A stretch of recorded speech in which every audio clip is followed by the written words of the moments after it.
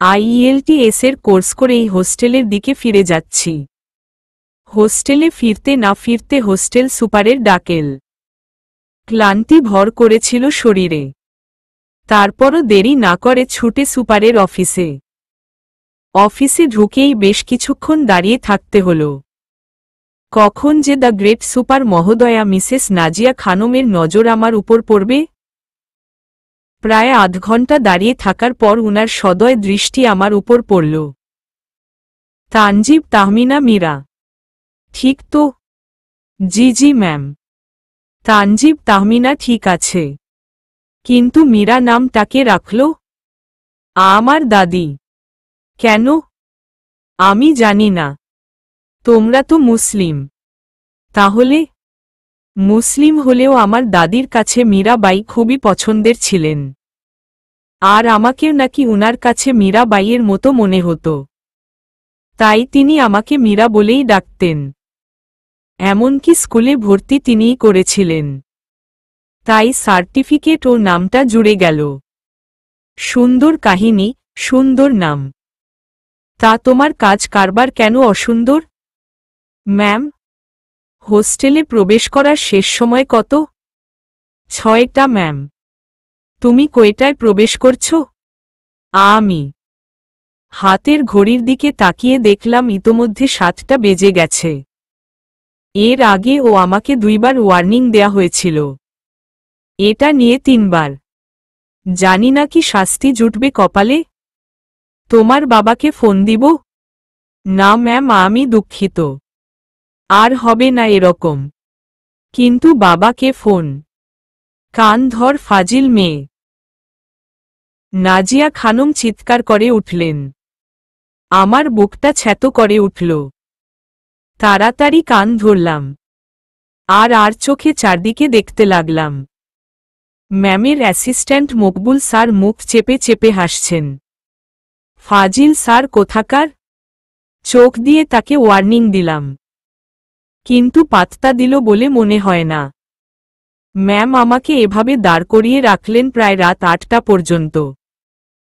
যখন নাজিয়া ম্যামের হাত থেকে ছাড়া পেয়ে রুমে প্রবেশ করলাম তখন বাকিরা আমার দিকে খিক খিক করে হাসছে। হয়তো কান ধরার ব্যাপারটা ওরা কোনোভাবে জেনে গেছে। সব মকবুল স্যারের কাজ। মনে মনে একরাশ গালি দিয়ে বাথরুমে গিয়ে গোসল করে নিলাম। খাওয়া ধাওয়া শেষে পড়তে বসলাম। ইন্টার পরীক্ষা চলছে, তাই ভালো করে পড়তে হবে। অথচ আমার চোখে ঘুম রাজা ভালোভাবে ঝেঁকে বসেছে। পানি দিয়ে চোখ ধুয়ে আসলাম। তারপরও কাজ হবে বলে মনে হচ্ছে না। এত প্রেম কেন উথলিয়ে পড়ছে ঘুম রাজার আমার জন্য? আমাকে ছেড়ে যাবার কোনো নামগন্ধই পাচ্ছি না। হাই তুলতে তুলতে বইয়ের পাতা উল্টাচ্ছি। সম্ভ্রান্ত পরিবারের মেয়ে আমি। টাকা পয়সার তেমন অভাব নেই। আমার বাবা জনাব তৌহিদুল ইসলাম গ্রামের মান্যগণ্য জমিদার গোছের মানুষ। অত্যন্ত রাশভারী এবং গম্ভীর। গ্রাম থেকে এই ঢাকা শহরে এসে পড়ালেখা করতে আমার খুবই ঘাম ঝরাতে হয়েছে। বাবা ঠিক করেছিলেন এসএসসি এর পর আমাকে বিয়ে দিয়ে দেবেন। কিন্তু আমার মায়ের বাধার কারণে এবং এসএসসিতে ভালো ফলাফলের কারণে বিয়ের হাত থেকে তখনই রক্ষা পেয়েছিলাম। গ্রামে ভালো কলেজ নাই বিধায় শহরের কলেজে আমাকে ভর্তি করানো হলো। দামি হোস্টেলে থেকে পড়াশোনা করছি। এসব কিছুতে আমার মায়ের অবদান। তার সাহায্য ছাড়া এত কিছু হতো না। তিনিই আমার পড়ালেখার ব্যাপারে সবসময়ে সাপোর্ট করে গেছেন, এখনও করছেন। আমার মায়ের স্বপ্ন ছিল তিনি ট্রাভেলার হবেন এবং পুরো পৃথিবী ঘুরে বেড়াবেন। কিন্তু আমার নানা জানের হয়তো সেটা মঞ্জুর ছিল না। তিনি আমার আম্মাকে এমন জায়গায় বিয়ে দিলেন যেখানে ঘর থেকে বের হওয়া পর্যন্ত নিষিদ্ধ ছিল। কালক্রমে সময় পাল্টে আর আমার বেলায় আমি স্বাধীনতাটা পাই।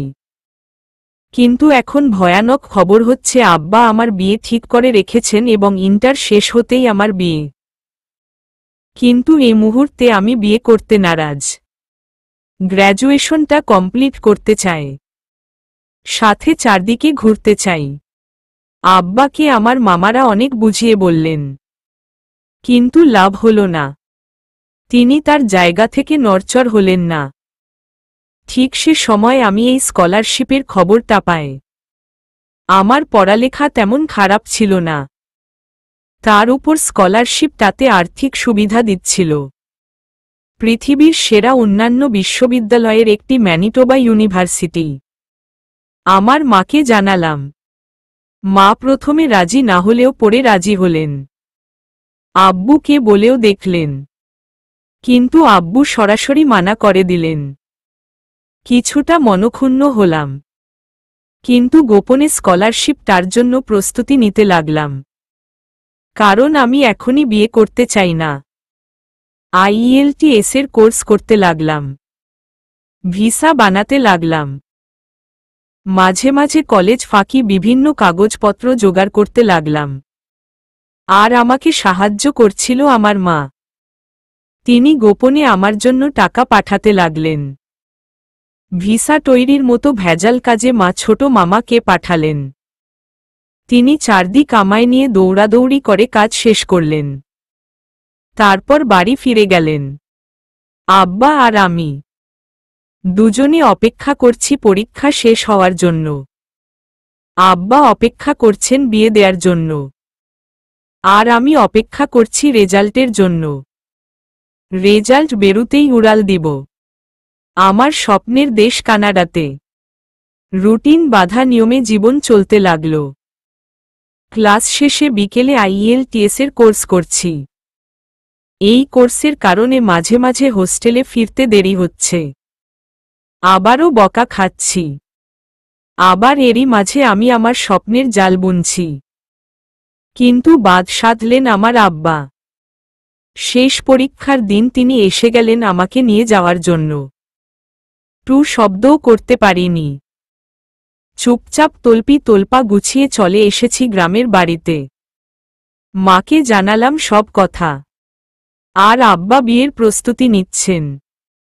অনেক কেঁদে কেটে আব্বাকে রাজি করালাম কয়েকটা মাসের জন্য, যাতে রেজাল্টটা দেখি। বাবা মানলেন। তবে এর বেশি দেরি করা যাবে না। মাথা নাড়লাম আমি। জি অবশ্যই। দিন গড়িয়ে মাস যায়। এবার শুধু মাত্র রেজাল্টের অপেক্ষা। পরীক্ষার বেশ কয়েক মাস পর আমার রেজাল্ট বেরুল। আমি GPA 5 পেয়েছি। আর আমার পাশের খবরে আম্মা পুরো গ্রামকে মিষ্টি খাওয়ালেন। রেজাল্টের রাতে আরও একটা খুশির সংবাদ সাথে নিয়ে এলো আমার ছোট মামা। আর তা হলো কানাডার ভিসা। একসাথে দুটো খুশি পাওয়ায় আনন্দে কেঁদে ফেলেছিলাম। সাথে সাথে প্রফেসর হুডকে মেইল করে রেজাল্ট এবং ভিসার কথা জানালাম। তিনি আমাকে অভিনন্দন জানালেন, সাথে এও জানালেন যে আমার মতো একজন স্টুডেন্ট পেলে তিনিও খুব খুশি হবেন। শুনে গর্বে আমার বুক ভরে গেল। মাকেও জানালাম। মাও খুশি হল। এরই মধ্যে প্রফেসর হুড কয়েকবার মেইল করেছেন আমার কাগজপত্র আর ভিসার কপি পাঠানোর জন্য। আমি পাঠালাম। কয়েকদিন বাদে আমার হবু শ্বশুর শাশুড়িরা আসলেন আমাকে দেখতে। আমার সেদিন খুব কান্না পাচ্ছিল। জানি না কেন। গৃহস্থ পরিবার তারা। আমাদের মতোই জমি জমা প্রভাব প্রতিপত্তি সব আছে। তাই বাবার এত পছন্দ। তারা আমাকে আংটি পরিয়ে চলে গেলেন। আর বলে গেলেন বিয়ের তারিখ দ্রুত পাকা করতে। শুভ কাজে তারা নাকি দেরি করতে চান না। ঠিক তাই। শুভ কাজে দেরি করতে নেই। আর আমিও সেই শুভ কাজের খোঁজ নিতে লাগলাম, কখন আমার স্কলারশিপের রেজাল্ট দেবে। দিনের পর দিন যায় আর মাসের পর মাস। এরই মধ্যে ছোট মামাকে নিয়ে স্কলারশিপের শেষ প্রস্তুতি হিসেবে শহর থেকে ঘুরে এলাম। আমার হবু স্বামী কয়েকবার আমার সাথে ফোনে যোগাযোগের চেষ্টা চালায়। আমি যে কোনো অজুহাতে কল এড়িয়ে গেলেও হঠাৎ একদিন না দেখেই কল ধরে ফেললাম। ধরেই যখন ফেলেছি তখন না চেনার ভান করলাম। আসসালামু আলাইকুম তাহমিনা, কেমন আছো? ওয়ালাইকুম আসসালাম। কে বলছেন? আমি জাওয়াদ। কাজী জাওয়াদ।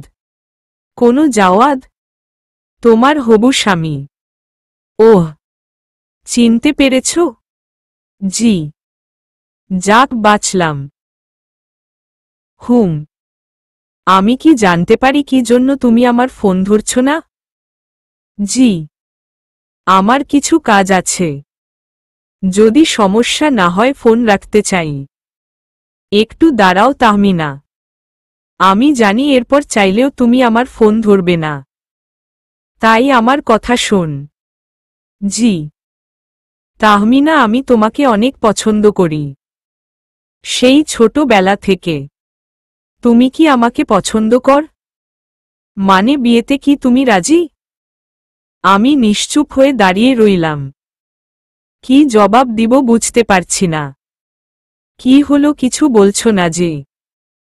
অসুবিধে নেই, তুমি বলতে পারো। আমি কাউকে কিচ্ছু বলবো না। তুমি কি কাউকে ভালোবাসো? না। তাহলে সমস্যা কোথায়? না মানে আমি এখনই বিয়ে। আমি বুঝতে পেরেছি তাহমিনা। কোনো সমস্যা নেই, সব আমি দেখব। এই বলে জাওয়াদ ফোন রেখে দিল। আর আমি স্বস্তির নিঃশ্বাস ফেললাম। যাক বাবা, অন্তত বিয়ে তো আটকানো গেল। জাওয়াদ আমার ছোটবেলার বন্ধু। একসাথে খেলাধুলা করেছি অনেক। একই গ্রামের হওয়ার সুবাদে পুরো পরিবারের আমাদের এখানে আসা যাওয়া ছিল। আর ঘনিষ্ঠতা ঠিক এভাবেই। দেখতে জাওয়াদ খারাপ না। উজ্জ্বল শ্যামলা রঙের এই ছেলেটিকে হ্যান্ডসাম উপাধি দিয়ে চালিয়ে নিয়ে যাওয়া যায়। আর যদি কোট টাই দিয়ে ভালোভাবে পালিশ করলে হিরোদের কাছাকাছি অবস্থানে ও নিয়ে আসা যাবে। খুবই লাজুক আর ভদ্র ছেলে। পড়ালেখা এসএসসি পর্যন্ত হলেও ইতিমধ্যে ব্যবসা বাণিজ্য করে যথেষ্ট পয়সা করি যথেষ্ট কামিয়েছে। গ্রামের সব মেয়েদের শকুনের নজর তার উপর। একে তো পয়সাওয়ালা, তার উপর কাজী বাড়ির ছেলে। তার নজর পুরো গ্রাম ফেলে আমার উপরেই পড়তে হলো। থাক, অন্তত বন্ধুত্বের সুবাদে জাওয়াদ কাউকে কিছু না বলে বিয়ে আটকে দেবে ভাবতেই মনে মনে খুশি হয়ে গেলাম। হুট করেই একদিন প্রফেসর হুডের মেইল পেলাম। সে জানালো আমার প্রাপ্তির কথা। আম্মা আর ছোট মামাকে জানালাম। আহা, কি স্বপ্নের দিন! এখন শুধু অপেক্ষার পালা। কখন নির্ধারিত তারিখটা আসবে। আরামে দিন কাটতে লাগল। এরই মধ্যে আব্বাকে দুশ্চিন্তাগ্রস্ত দেখলাম। মনে হলো বিয়ে সংক্রান্ত কোনো ঝামেলায় পড়েছেন। তার মানে সত্যিই আমার বিয়ে ভেঙে গেছে। খুশিতে আমার লুঙ্গি ড্যান্স দিতে ইচ্ছে হয়েছিল। তবে খুশি বেশিদিন ঠিকল না। কারণ পরদিনই দেখলাম আমার হবু শ্বশুর, হবু মামা শ্বশুর, আব্বা, বড় মামা, চাচা যান এবং আরও কয়েকজন গোল মিটিংয়ে বসলেন। আম্মাকে জিজ্ঞেস করলাম কি হয়েছে তা জানার জন্য। আম্মা কিছু জানেন না বলে জানালেন। সন্দেহে আমার বুক দুরু দুরু করতে লাগল। অবশেষে আমার সন্দেহকে সত্যি করে আব্বা সবাইকে মিষ্টি খাওয়ালেন এ বলে যে আগামী শুক্রবারে তার একমাত্র মেয়ের বিয়ে ঠিক হয়েছে। শুনে আমি আধা ঘন্টার মতো বিছানায় মূর্তির মতো বসে রইলাম। হাসব নাকি কাঁদব বুঝতে পারছি না। বৃহস্পতিবার আমার ফ্লাইট। ওই দিন যেতে না পারলে এই বিয়ের গ্যারাকলে ওই কাজী বাড়িতে আমি চিরদিনের জন্য আটকে যাব। জানি না কি করা উচিত। আম্মাকে বললাম। আম্মা আমাকে চিন্তা করতে মানা করছিলেন। শুধু বলছিলেন, তাহমিনা, এই তোমার আম্মা বেঁচে থাকতে তুমি এত চিন্তা কেন করছো? আম্মার কথায় মূর্তির মতো তাকিয়ে রইলাম। তারপর উনার কথায় আশ্বস্ত হলাম বটে, তবে চিন্তা মুক্ত না। বৃহস্পতিবার সকাল থেকেই বাড়িতে সাজ রব শুরু হয়ে গেল। আর আমি ঢোক গিলতে গিলতে শুধু চারপাশটা দেখছিলাম। আম্মা হাসি মুখেই মেহমানদের আপ্যায়ন করছিলেন। দেখে মনে হচ্ছে উনি এ বিয়েতে সবচেয়ে বেশি খুশি। এদিকে প্রফেসর হুড খবর পাঠালেন যে ঠিক সময় যেন এয়ারপোর্টে নামি। আমার জন্য উনি অপেক্ষা করবেন। কাল যে আমার বিয়ে সে কথা আমি উনাকে জানাইনি। জেনে কি ভাববে আল্লাহ জানে। দুপুরের পরে মেহেদির তত্ত্ব আসলে সবাই আমাকে হুড়োহুড়ি করে গোসল করাতে নিয়ে গেল। আমি তখন করুণ চোখে আম্মার দিকে তাকালাম। আম্মার দৃষ্টি তখনও খুব শক্ত ছিল। সেই শক্ত দৃষ্টির চাপে আমার চোখের পানি বিয়ের গোসলের পানির সাথে একাকার হয়ে গেল। বাগান থেকে সদ্য তোলা কাঁচা গাঁদা ফুল সেই সাথে কাঁচা মেহেদির খুশবুতে চারদিকে মৌ মৌ করছে। আর আমি সেই হলুদ গাঁদা ফুলের গহনা, হলুদ শাড়ি হাতে মেহেদি দিয়ে বসে আছি। সামনে সবাই কত আনন্দ ফুর্তি করছে। আব্বা তার বন্ধুদের সাথে খোশ গল্পে মেতেছেন। আর আম্মাকে কোথাও দেখা যাচ্ছে না।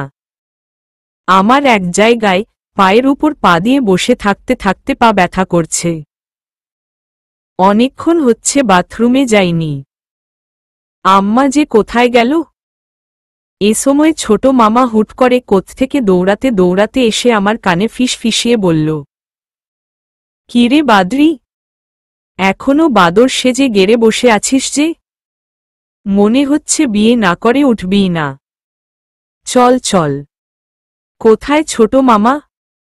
জবাবে মামা শুধু একটু করে তাকিয়ে মুচকি হাসি দিলেন। এর অর্থ কি হতে পারে বুঝতে পারলাম না। ছোট মামা বয়সে এখনো তরুণ। মাস্টার্স কমপ্লিট করেছেন কয়েক বছর আগে। বর্তমানে বেসরকারি একটা ফার্মে ভালো পোস্টে চাকরি করেন। বিয়ে করেছেন 1 বছর হল। মার বিয়ের পর থেকে মামা বেশিরভাগ সময় এখানে পড়ে থাকতেন। বিবাহিত হলেও সব সময় উল্টা পাল্টা সব কাজ আর কুকর্মে উস্তাদ ছিল। আর সেসব আকামকুকামের সঙ্গী থাকতে হতো আমাকে। তাই আমাদের মধ্যে মামা ভাগ্নির চেয়ে বন্ধুত্বটা বেশি কাজ করে। আমাকে খেপাবার ছলে মামা সোজাসুজি মীরা বা তাহমিনা না ডেকে আমাকে বাদরি বলেই ডাকতেন। আর তা শুনে আমি পুরো বাড়ি মামাকে দৌড়িয়ে ছাড়তাম। কিন্তু আজ বাদরি ডাকার পরও আমার তেমন কিছু মনে হল না, বরং ভালোই লাগল। মামা সবার অগোচরে আমাকে হাত ধরে একেবারে ঘরের পিছনের মোটা তালগাছটা ঘুরিয়ে নিয়ে চললেন। এরপর কারো নজরে না পড়ার জন্য গায়ের বিখ্যাত শালটা পেছিয়ে দিলেন, যেটা সব সময় তিনি পরে থাকেন। এরপর গোয়াল ঘরের পাশের গলিতে যাওয়ার সময় আমাকে পাঁচকোলা করে কোলে তুলে নিলেন। আমি হক চকিয়ে বলে উঠলাম, ও ছোট মামা, কি করছো? মামা কোলে নিয়ে হাঁটতে হাঁটতে জবাব দিলেন, নতুন বউকে কিভাবে যে গোবর গাদায় হাঁটতে দিই বলতো? বলেই অট্টহাসিতে ফেটে পড়লেন।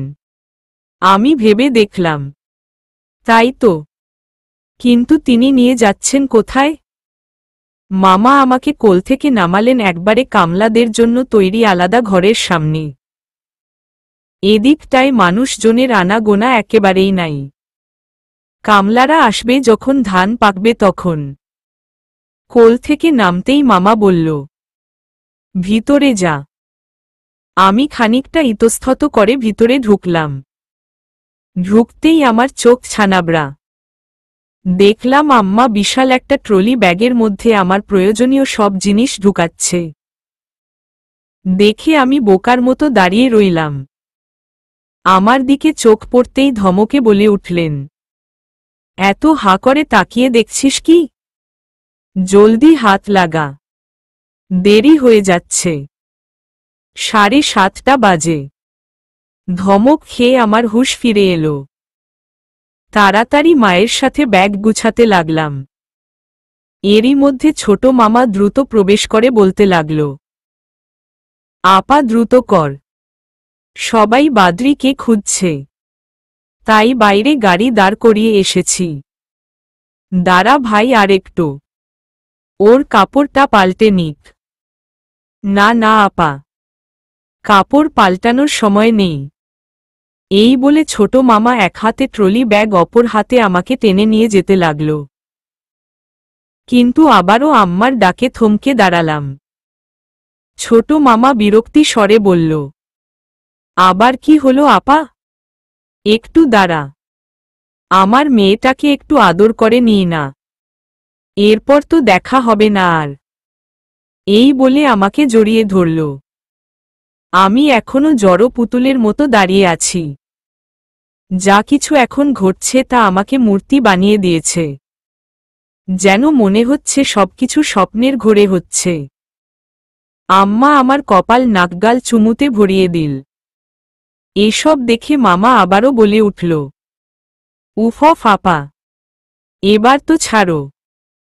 আম্মা মামার কথার ভ্রুক্ষেপ না করে আমাকে বলল, শোন তাহমিনা, ভালো করে পড়বি আর ঘুরে বেড়াবি, তবে খারাপ বন্ধুদের সাথে থাকবি না, কোনো পার্টিতে যাবি না, আর আমার ফোনে কল করবি না। দরকার হলে তোর ছোট মামাকে করিস। আমি হাবাগোবার মতো মাথা নাড়ালাম।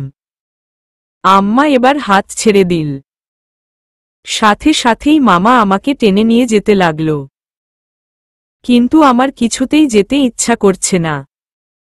যেন কোনো চৌম্বকীয় আকর্ষণ আমাকে টানছে। যেতে যেতে পিছন ফিরে তাকালাম। টলমল করা চোখে আম্মা মুখে জোর করে হাসি টেনে ধরেছে। প্রথম আমার বুকে একটা সূক্ষ্ম ব্যথা অনুভব করলাম। পিছন ফিরে বলতে যাব যে আম্মা আমি কোথাও যাব না, ঠিক সে সময় মামা কারে ঢুকিয়ে দরজা বন্ধ করে দিলেন। কথা বলার সুযোগ পেলাম না। মামা বসে পড়ল ড্রাইভারের পাশের সিটে। মুহূর্তের মধ্যে গাড়ি চলা শুরু করল। আমি হতভম্ব হয়ে গেলাম। ঘোর কাটতেই বাস্তবতা নজরে এলো। আমি এখন গাড়িতে নিজের গায়ে হলুদের রাতে পালিয়ে যাচ্ছি। বাড়িতে এখনো হয়তো কেউ বুঝতে পারেনি, কিন্তু ঘণ্টা খানেকের মধ্যে আমার খোঁজ পড়ে যাবে। আর ততক্ষণে আমি এয়ারপোর্টে পৌঁছব। রাত 11টায় ফ্লাইট, সুতরাং হাতে অনেক সময়। হাতের মেহেদিগুলো শুকিয়ে করকরে হয়ে গেছে। ওগুলো একটু তুলতে তুলতে আম্মার কথা ভাবছিলাম। আমার ভয় হচ্ছে আম্মাকে নিয়ে। আব্বা যদি কোনোভাবে জানতে পারে আমার পালানোতে আম্মার হাত ছিল, তাহলে আম্মার আর রক্ষে নেই। আমি পালিয়ে গেছি শুনতাই আব্বা কি করবে ভাবতেই গায়ে কাটা দিচ্ছে। কিন্তু আমি তো কোথাও পালাচ্ছি না, পড়াশোনা করতে যাচ্ছি। আবার ফিরে আসব, প্রতিষ্ঠিত হয়ে আসব। আর তখন আব্বু নিশ্চয় আমার উপর রাগ করে থাকবে না, গর্ব করবে আমাকে নিয়ে। সবাইকে দেখিয়ে বলবে এই দেখ, এটা আমার মেয়ে। মনে প্রশান্তি এলো। বাইরে তাকালাম। গোল থালার মতো একটা চাঁদ আমার সাথে ছুটে চলছে। আচ্ছা, চাঁদটা কানাডা যাবে আমার সাথে? গেলে ভালো হবে, কারণ একা যেতে ভয় করছে। অন্তত চাঁদটা থাকলে ভয় করবে না। দেখতে দেখতে এয়ারপোর্ট পৌঁছলাম। এত ভিড় নেই চারদিকে, কোলাহলও নেই। হয়তো আজকে আর তেমন ফ্লাইট নেই। ইমিগ্রেশনের সমস্ত প্রক্রিয়া শেষে বসে রইলাম। 11টা বাজতে আরও 30 মিনিট আছে। তাই মামা আমাকে ওয়েটিং রুমে বসিয়ে দিয়ে কোথায় গেলেন। তারপর 10 মিনিট পর একটা স্প্রাইট আর একটা বার্গার এনে দিল। বার্গার দেখেই পেটের ভিতর ক্ষুধাটা চাড়া দিয়ে উঠল। সেই সন্ধ্যায় একটু করে নাস্তা করেছিলাম। মামা বলল, খেয়ে নে তাড়াতাড়ি। মাথা নেড়ে আমি খেতে যাব, কিন্তু নিজেকে কিছুটা অবাঞ্ছিত মনে হল। নার্ভাস মনে হল নিজেকে। চারদিকে তাকিয়ে দেখলাম কয়েকজন উৎসুক জনতা আমার দিকে হাঁ করে তাকিয়ে আছে। দেখে খানিকটা ইতস্তত করতে লাগলাম। মামা আবারও তাড়া দিলেন। মামার দিকে তাকিয়ে একটু গড়িমসি করে কামড় দিতেই ফ্লাইটের ঘোষণা এল। ঘোষণাটা কানে আসতেই হুড়মুড় করে বার্গারটা খেতে লাগলাম। তারপর কোনো মতে গিলে শাড়ি ধরে দৌড়াতে লাগলাম। মামাও ট্রলি ব্যাগ নিয়ে দৌড়াতে লাগল। সামনে কাচের গেট, 2টা গার্ড দাঁড় করানো। এরপর থেকে মামা আর যেতে পারবে না, আমাকে একা যেতে হবে। থমকে দাঁড়িয়ে মামার দিকে তাকালাম। আমার সাথে দৌড়াতে দৌড়াতে মামা হয়তো ক্লান্ত হয়ে পড়েছেন, কিন্তু ক্লান্তির লেশটুকু দেখা যাচ্ছে না চেহারায়। কপালের ঘামটুকু পাঞ্জাবির হাতায় মুছে আমার দিকে ট্রলি ব্যাগটা এগিয়ে দিল।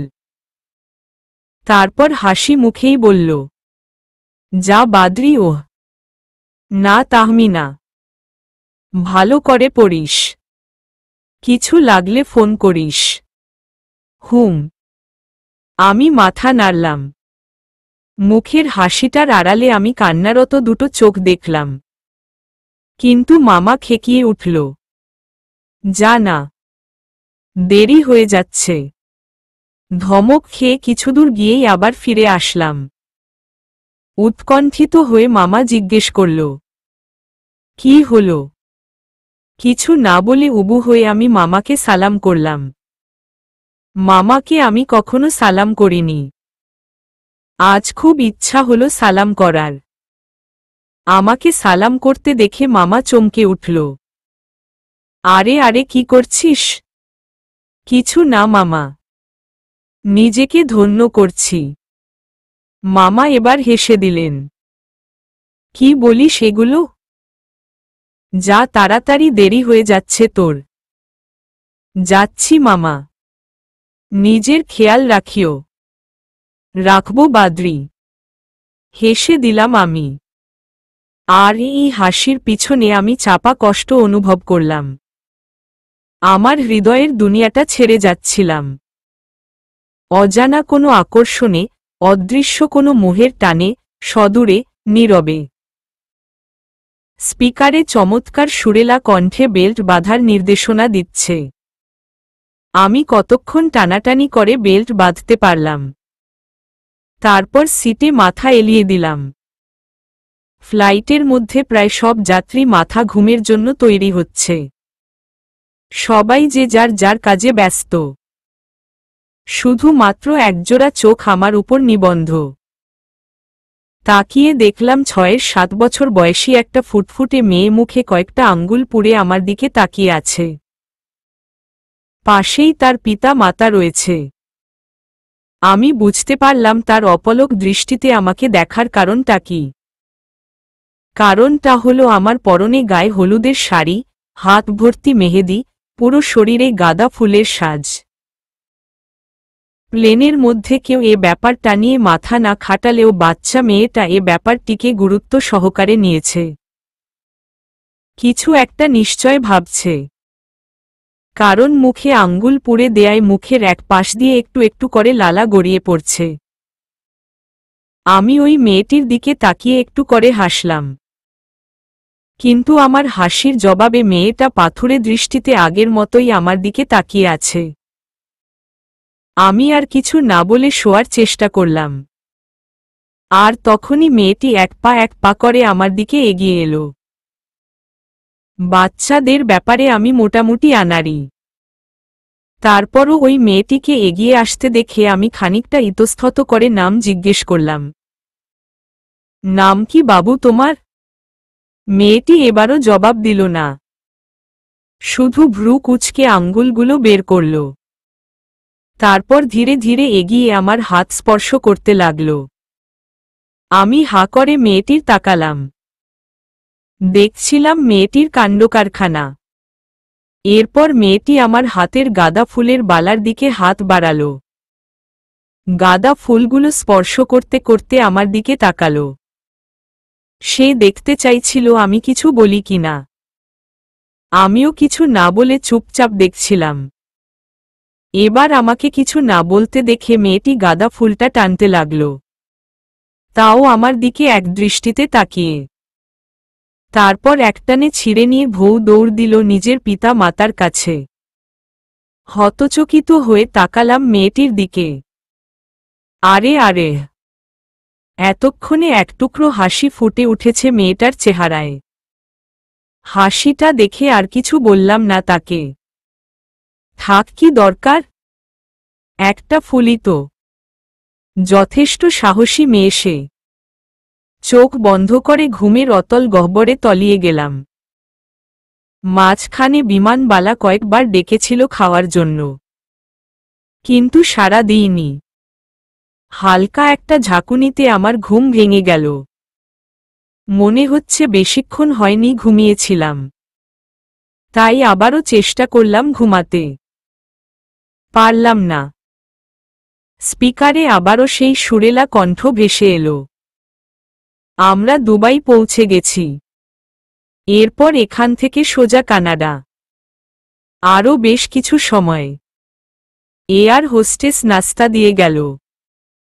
এই সময়টুকু কিভাবে কাটাবো ভাবতেই ব্যাগের কথা মনে পড়ল। অনুমান যদি ভুল না হয় তাহলে আম্মা আমার ব্যাগে নিশ্চয় কোনো বই দিয়েছেন,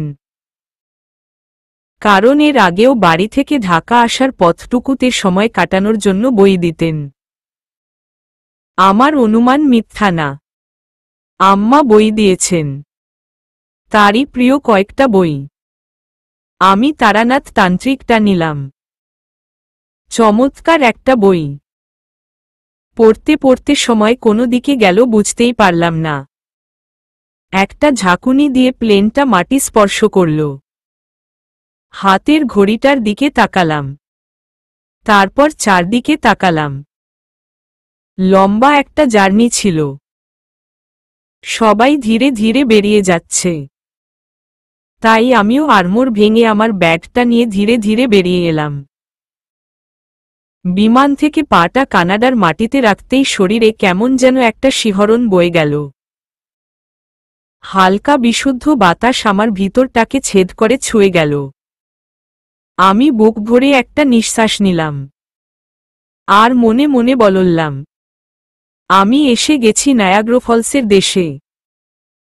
যে এয়ারপোর্টে এসে দাঁড়িয়েছি সেটা স্বর্ণের তৈরি কোনো বিশাল ম্যানশনের মতো মনে হচ্ছে, যেন উজ্জ্বল কোনো সোনালি আভা ছড়াচ্ছে। নাম Winnipeg James Armstrong Richardson international airport. এরপর আমি এই এয়ারপোর্টেরই প্ল্যাটফর্মে প্রফেসর হুডের খোঁজ করতে লাগলাম।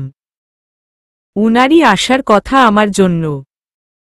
যদিও বা কোনো প্রফেসর এভাবে কোনো ফরেন স্টুডেন্টের জন্য দাঁড়িয়ে থাকে কিনা আমার জানা নেই, তবে প্রফেসর হুডের সাথে আমার বেশ ভালো বন্ধুত্ব হয়েছে।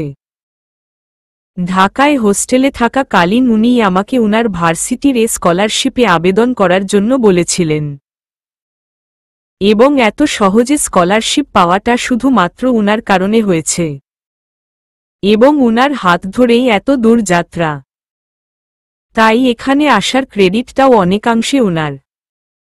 ইতি উতি করে তাকিয়ে খোঁজার চেষ্টা করছি।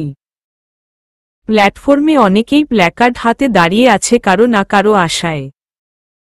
আমি চোখ বুলিয়ে দেখলাম, না, আমার নামে কোনো প্ল্যাকার্ড নেই। বিমর্ষ হয়ে প্ল্যাটফর্মের এক কোণায় বসে পড়লাম। প্রফেসর হুড ছাড়া এখানে আমাকে কেউ চিনে না, আর আমিও চিনি না। সুতরাং অপেক্ষা ছাড়া কোনো পথ নেই। দেখতে দেখতে জায়গাটা মানুষ শূন্য হয়ে গেল। আশেপাশে দুইয়ের এক একজনকে দেখা গেলেও তারা কেমন যেন তীক্ষ্ণ দৃষ্টি নিক্ষেপ করছিল।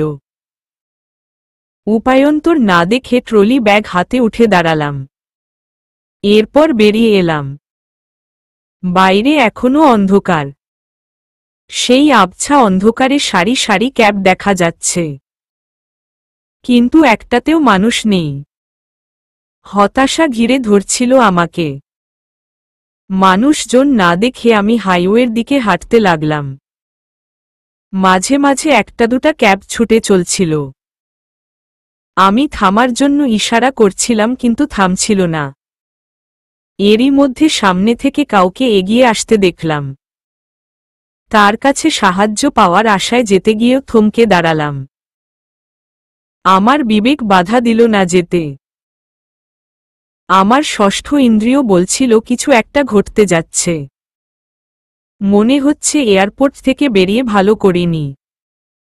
ঢোক গিললাম একটা। প্রস্তুত হতে লাগলাম মনে মনে। লোকটি আরো কাছে এগিয়ে আসতেই দেখলাম সে খানিকটা দুলছে। পর্ণের কাপড় অসংলগ্ন। কিছুটা ভয় পেলাম। এ বিদেশ বিভুয়ে কে কি রকম হবে বলা মুশকিল। তাই নিজেরই সাবধান হওয়া দরকার। সরে দাঁড়ালাম, যাতে লোকটি পাশ কাটিয়ে চলে যায়। লোকটি আরো এগিয়ে আসতেই একটা উৎকট গন্ধ নাকে লাগল। আল্লাহ জানে কিসের গন্ধ। আমি নাক চেপে ধরলাম। তারপর আরো দূরে সরে দাঁড়ালাম, যাতে লোকটি আমার নাগাল না পাই। কিন্তু লোকটি আমাকে পাশ কাটিয়ে কিছু দূর যাওয়ার পর থমকে দাঁড়াল। তারপর পিছন ফিরে তাকাল এবং প্রথমবারের মতো হয়তো সে আমাকে খেয়াল করল এবং আমার দিকে এগিয়ে আসতে লাগল। আমি এই জিনিসটার ভয় করছিলাম। লোকটাকে এগিয়ে আসতে দেখে আমি ট্রলিটা শক্ত হাতে ধরলাম। এরপর কোনো কিছুর পরোয়া না করে সর্বশক্তি দিয়ে দৌড়াতে শুরু করলাম। কোনো দিকে দৌড়াচ্ছিলাম জানি না, শুধু জানি পালাতে হবে। পাটা বারবার শাড়ির সাথে পেঁচিয়ে যাচ্ছে। ভালো করে দৌড়াতেও পারছি না। লোকটির অবস্থান জানার জন্য একটু পিছন ফিরে তাকালাম। দেখলাম লোকটি লম্বা লম্বা পা ফেলে এগিয়ে আসছে। সেটা দেখে আমার অজ্ঞান হওয়ার মতো অবস্থা হল। হিতাহিত জ্ঞান ভুলে রাস্তার মাঝে দৌড়াতে লাগলাম। না জানি কোনো পাপের শাস্তি পাচ্ছি।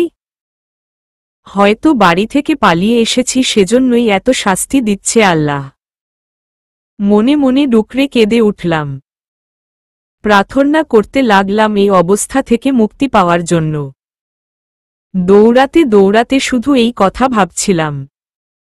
ঠিক সে সময় একটা উজ্জ্বল আলোয় আমার চোখ ধাঁধিয়ে গেল। কিছু একটা আমার দিকে তীক্ষ্ণ শব্দ করতে করতে এগিয়ে আসছিল। কিন্তু এতটা ধারালো আলো আমার চোখকে এফোর ওফোর করে দিচ্ছিল। ফলাফল আমি সামনের কিছুই দেখতে পেলাম না। কিছু একটার সাথে আমি ধাক্কা খেলাম।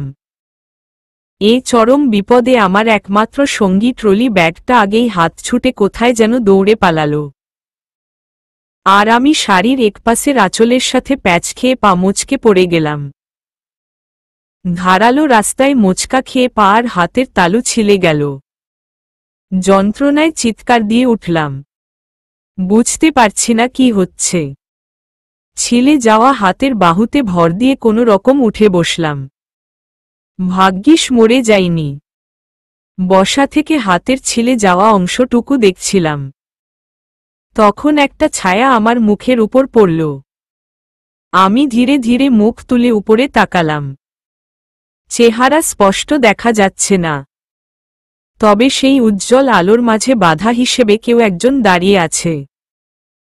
তার পিছন থেকে আলো এমনভাবে দ্যুতি ছড়াচ্ছে যেন মনে হচ্ছে স্বর্গ থেকে নেমে আসা কোনো স্বর্গীয় দূত। শুধু পাখাটাই নেই পিঠে। আর একটু হলে ফেরেশতা মনে করে ভুল করে ফেলতাম। হাঁ করে তাকিয়ে রইলাম। Excuse me, are you okay? শুনে খানিকটা শিউরে উঠলাম। এভাবে কাউকে বলতে শুনিনি। কেমন যেন জড়ানো কণ্ঠ।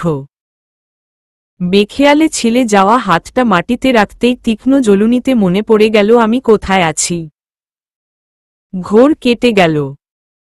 আমি তাড়াতাড়ি সেই দূতের দিকে কাতর স্বরে অনুরোধ করে বললাম, প্লিজ আমাকে সাহায্য করুন। আমি বিপদে পড়েছি। আমি জানি না কেন তার কাছে সাহায্য চাইলাম। হতে পারে সেও খারাপ কেউ। কিন্তু আমার অবচেতন মন তাতে সাড়া দিল না। সাহায্য চেয়েই বসল। সেই স্বর্গীয় দূত তার স্বর্গীয় হাতখানা আমার দিকে বাড়িয়ে দিল। আমি তার হাতের দিকে তাকালাম।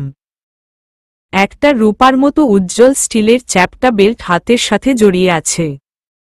আর তাতে 3টা অক্ষরের ছোট একটা শব্দ জল জল করে জ্বলছে। ভালো করে তাকাতেই শব্দটা পড়তে পারলাম।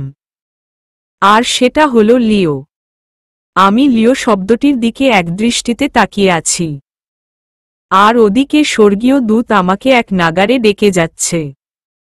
Excuse me. Hey flower girl, can you hear me? Hello, what's wrong with you? Are you ওকে?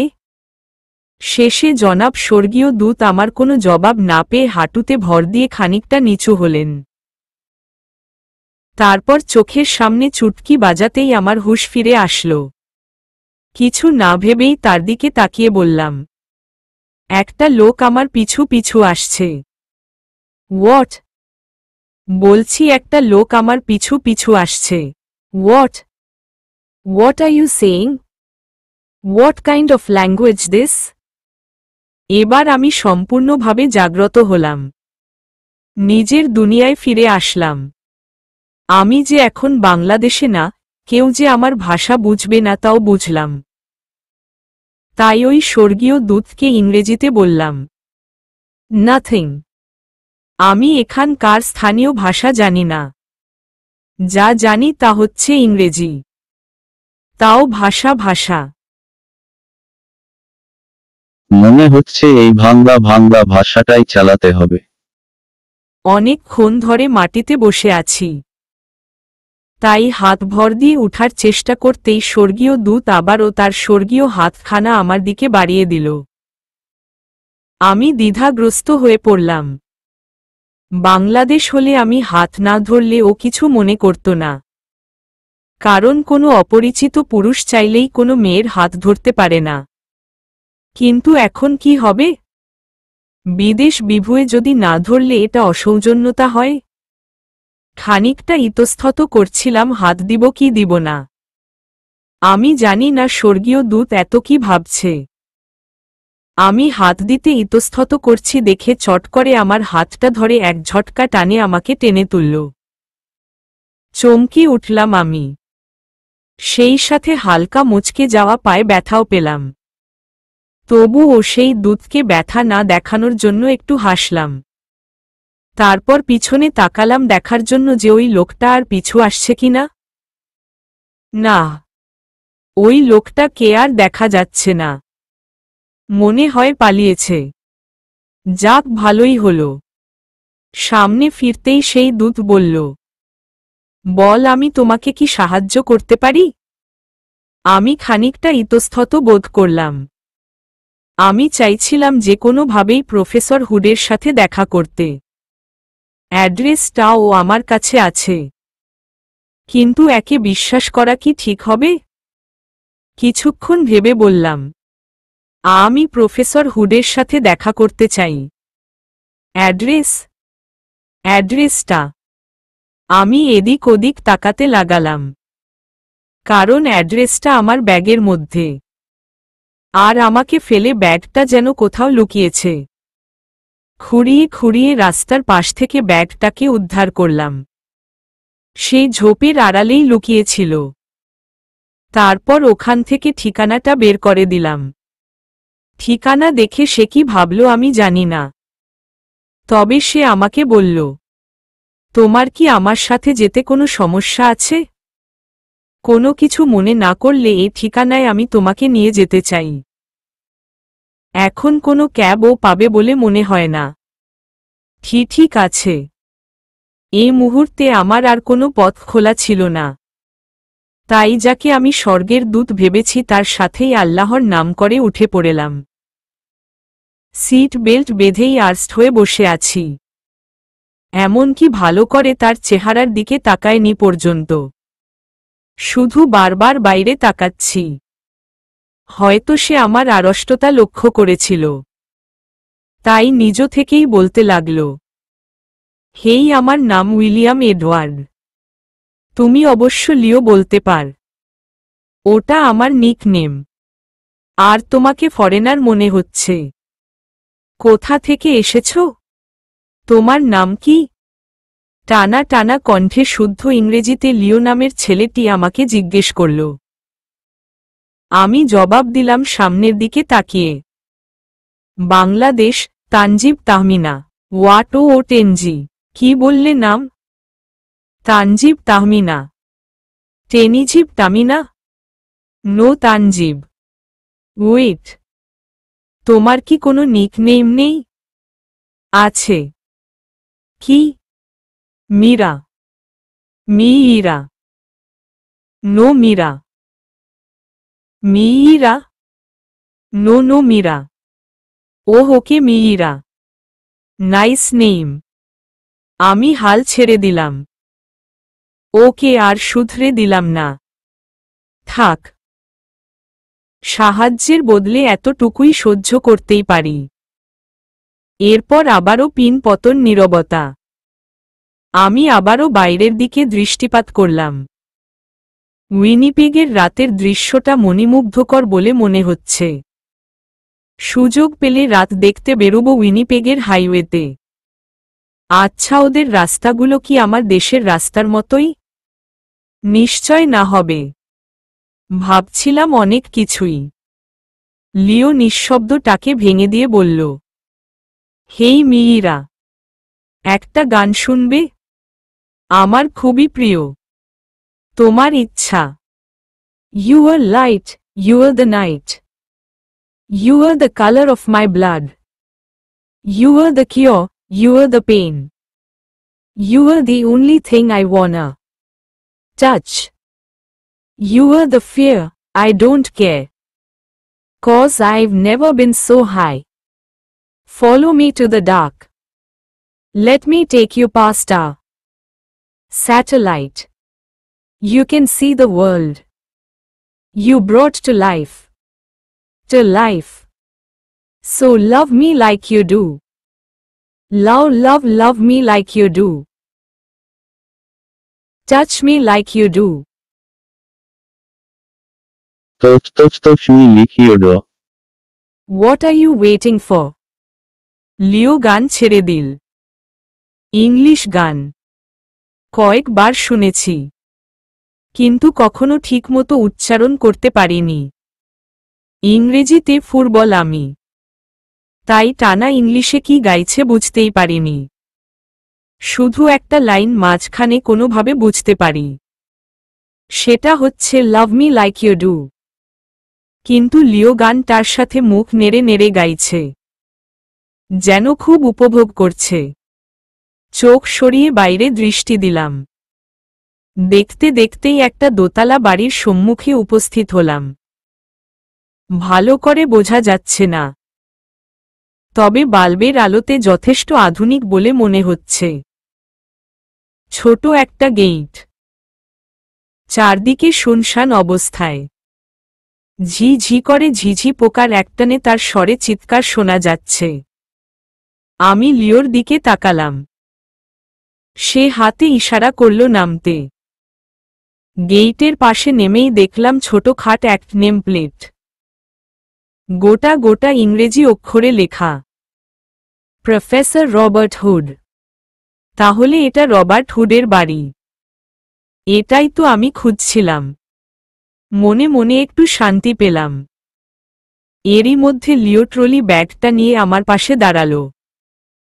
এটাই প্রফেসর হুডের বাড়ি। বছরের বেশিরভাগ সময় এখানে থাকেন, আর বাকিটা সময় নিউ ইয়র্কে। আমি এ বাড়িটাই খুঁজছিলাম। আমি জানি। আচ্ছা, আমি চলি।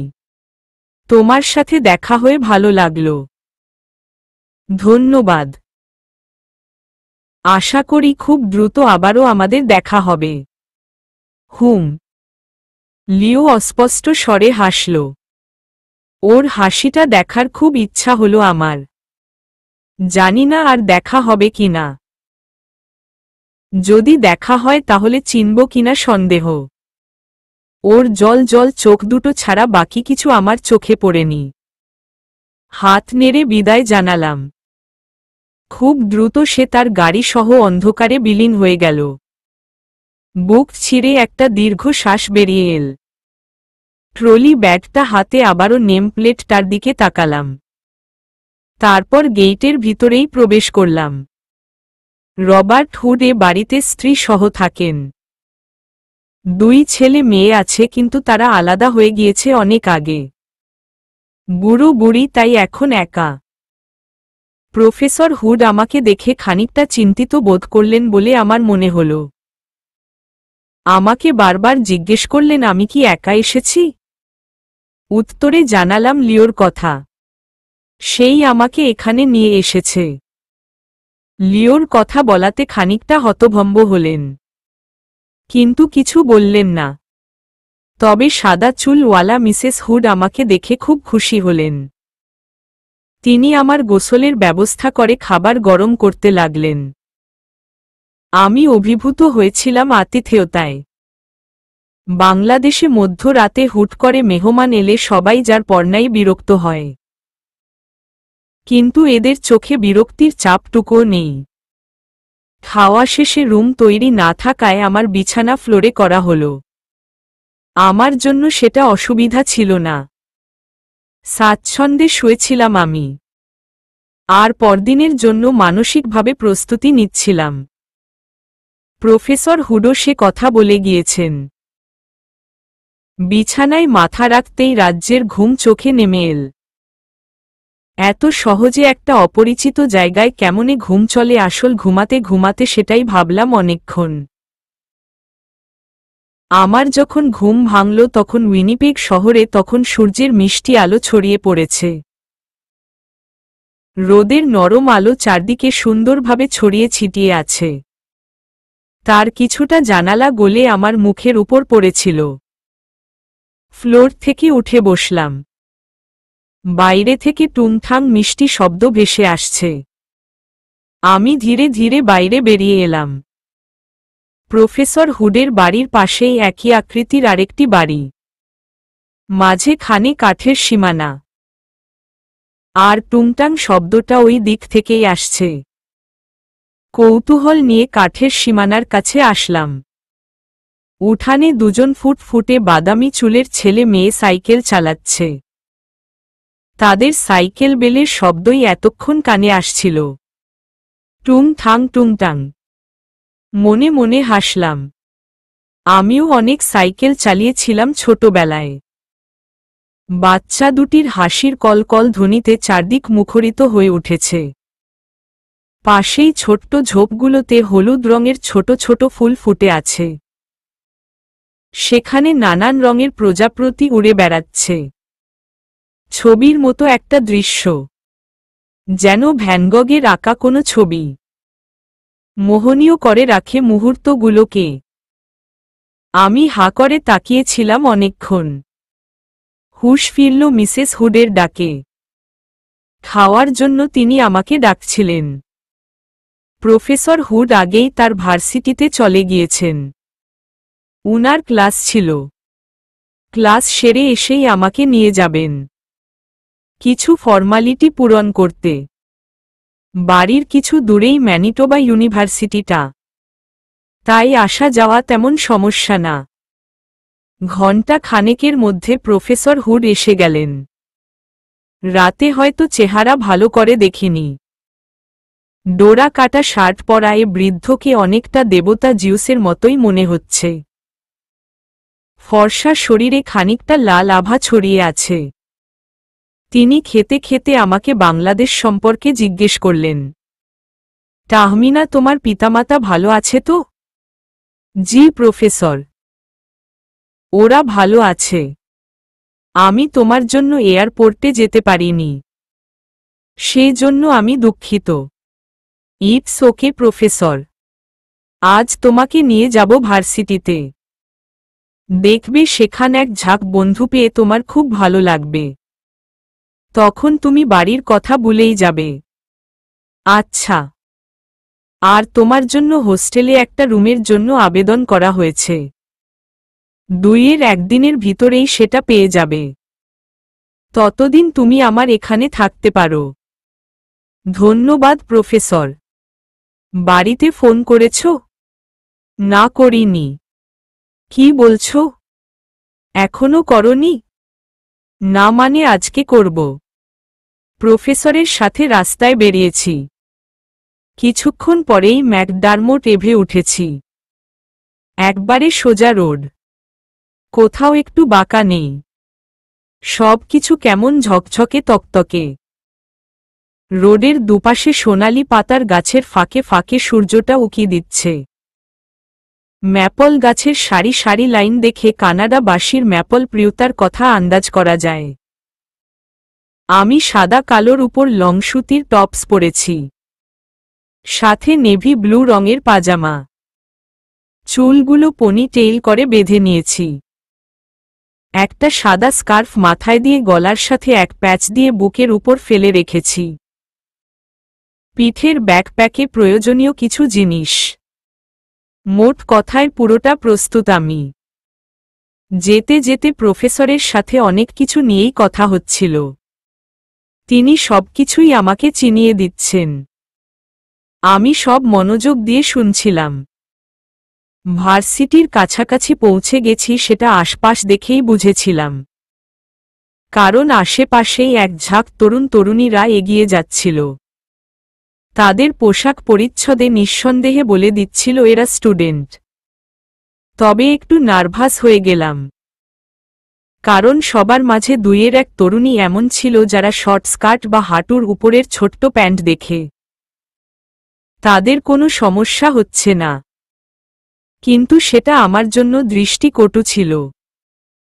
যা হোক, তাদের সবকিছুই এ পরিবেশের জন্য মানানসই। তাই পরিবেশটা দেখে আমার মনটা ভরে উঠল। চমৎকার একটা পরিবেশ। এমন পরিবেশে আমি পড়ালেখা করব ভাবতেই অদ্ভুত আনন্দ হলো আমার। দূর থেকে ইউনিভার্সিটিটাকে কোনো রাজমহলের মতোই মনে হচ্ছে। বিশাল বড় চারটা থামও যেন সগৌরবে দাঁড়িয়ে আছে। সেটা প্রশাসনিক ভবন। ভিতরে প্রবেশ করেই চক্ষু ছানা বড়া।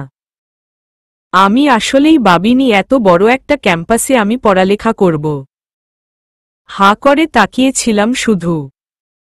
এই সব কিছুই আমার জন্য নতুন, তাই এত সব সৌন্দর্য একসাথে হজম করতে আমার কষ্ট হচ্ছে।